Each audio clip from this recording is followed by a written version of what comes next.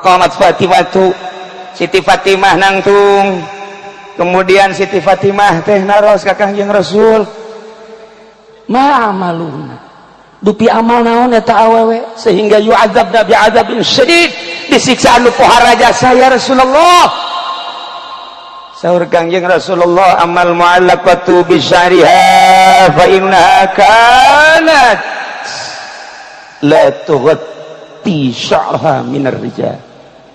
Awewe anu digantung buukna kemudian dihandapna digarang make sene, ieu otakna embun-embunana ngagolak sene, eta adalah umat simkuring. Awewe anu buukna rurundayan di hareupeun salaki, di hareupeun lalaki mana bae nu lain mahram. Pan kuari deuleu ari eta nu digantung lisana ya Rasulullah.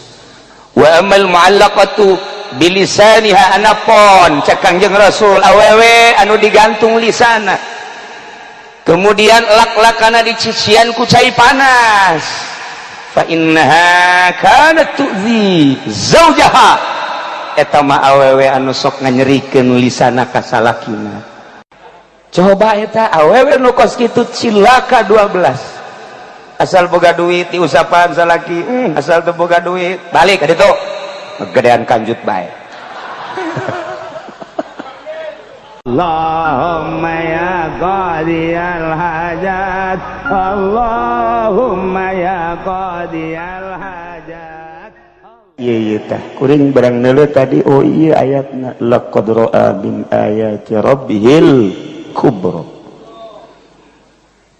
Kanjeng Nabi berangkat melalui buruk, dipanggil ku Gusti Allah, ja urang ai hayang-hayangan moal bisa wari urang nyeun proposal ka Gusti, hayang diberangkatkeun ulah ka Baitul Maqdis, ulah heulanan ieu mah ieu ka Madinah bae.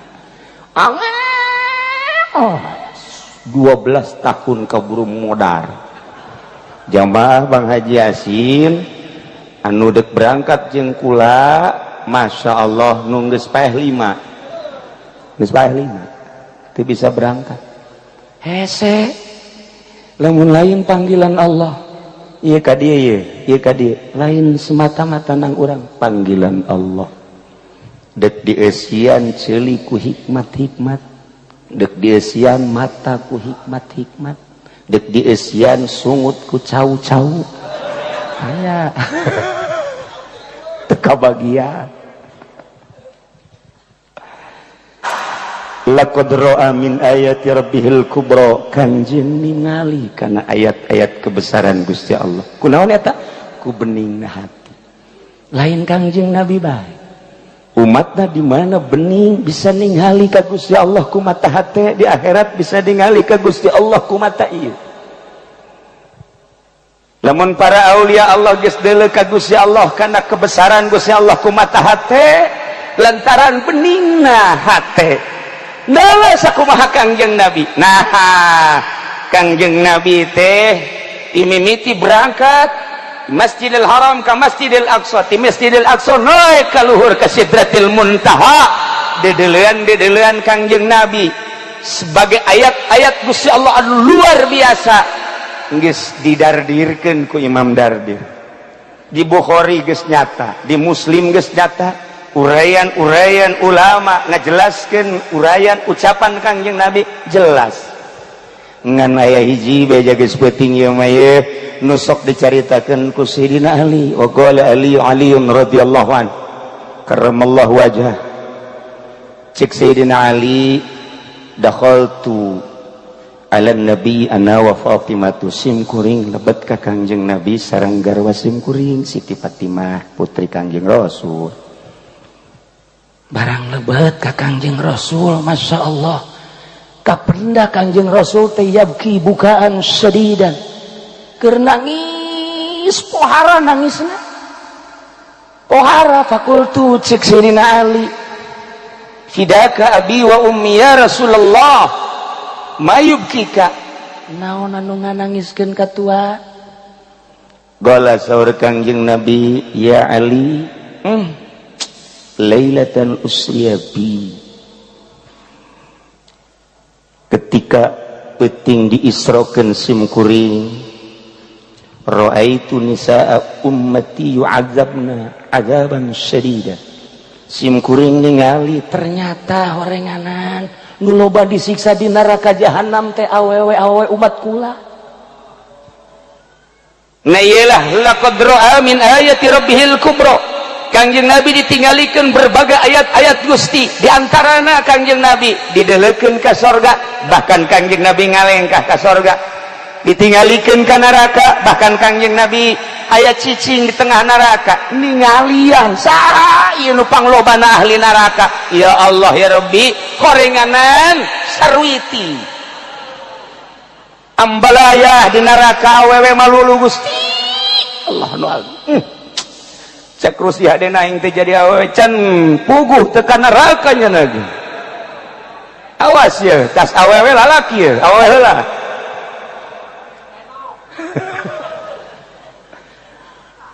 Ra'aitu imra'atan mu'allaqatan bi sya'riha. Simkuring teh ningali awewe digantung rambutna di neraka. Duh, ya geli di maguha ngagolak embun-embunanan. Nek teh cari kumaha cek Kangjeng Nabi. Wa ra'aitu imra'atan mu'allaqatan bi lisaniha wal hamim yusabbu ala halqiha.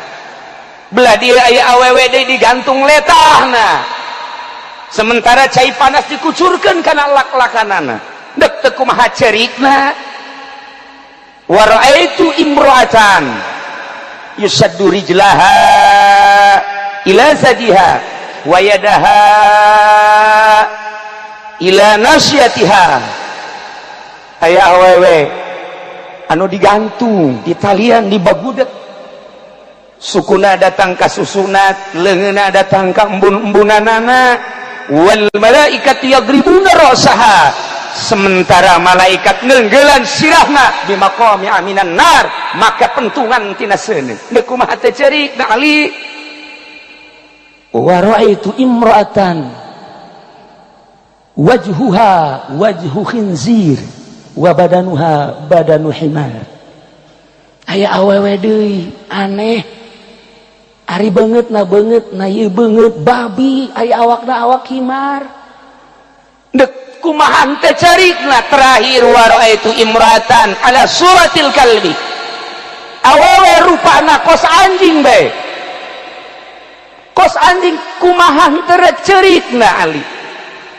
Taqamat Fatimatu, Siti Fatimah nangtung, kemudian Siti Fatimah teh naros ka Kangjeng Rasul. Ma amaluna, dupi amal naon eta awewe sehingga yu'adzabna bi'adzabin syadid, disiksa anu pohara jasa ya Rasulullah. Saur Kangjeng Rasulullah, amal mu'allaqatu bi syariha fa innaha kanat la tughatti sya'raha minar rijal. Awewe anu digantung buukna, kemudian dihandapna digarang make seuneu, ieu otakna embun-embunana ngagolak seuneu, eta adalah umat simkuring awewe anu buukna rurundayan di hareupeun salaki, di hareupeun lalaki mana bae nu lain mahram. Pan kuari deuleu di ditu di hareup esuk-esuk jam 7 pan kolot ge kararieu bae neuleukeuh. Itu mah buuk dah mantep tuh. Weh, mantep jasa itu mah putih deui. Urang mana itu? Wah, Lampung. Gede adat ieu mah ye. Ai itu ngarundai itu hideung Brebes. Coba bayangkeun ku Kangjeng Nabi geus kadele wala qadra'a min ayati rabbana qadra'a min ayati rabbihil kubra. Masyaallah. Ari eta nu digantung lisana ya Rasulullah. Wa amal mu'allaqatu bilisaniha anapon cak Kangjeng Rasul awewe anu digantung lisana. Kemudian lak-lakana dicician ku cai panas. Fa innaha kanat tu'zi zaujaha. eta mah awewe anu sok nganyerikeun lisana ka salakina. Asal salakina tas ngariung bae haju bae tas di mana? Peting-peting kalau loyogan malulu batur ge bali. Sapira mau berkat doang. Kok koprak beak 12. Mal dibejakeun aya jelemana di dieu. Coba eta awewe nu kos kitu cilaka 12. Asal boga duit diusapan salaki, asal teu boga duit balik ka ditu gedean kanjut bae. Ngojek ku ngojek na teu meunang duit bae. Mabur. Cek salaki hek bae. Mun sugih aing nyandung ye sebenarnya mah. Ngancamna kana nyandung. Ieu ge nu ngaharewas panitia masjid geus etilu ye. Kiai kawinkeun atuh emang kunaon nu di imah galak. Ya Allah, cilaka ya si gade. Ayata anu digantung susuna, wa amal mu'allaqatu ala sadiha. Anapun awewe anu digantung susuna, fa innaha kanat tu'zi farasa zawjiha. Eta mah di mana-mana salakina eueuh nyana siapeun didayung ku tatanggana. Mempersilahkan kanu sejen, bahkan masang tarifnya. Masang tarif, tukang ojek cukup 10.000 utang, supir angkot 15.000. Ya Allah, tukang kenteng 50.000. Kiai emang aya di Cilongok, aya. Kula nyaho jasa nu pasang tarif itu nyaho. Emang Kiai pernah ditawaran aing? Siap. Dulu bajasa di dieu tah. Di Kebon Kalapa. Masya Allah pohara jasa itu. Pak Kapolsek sering ngider. Maksudnya neangan kana ge.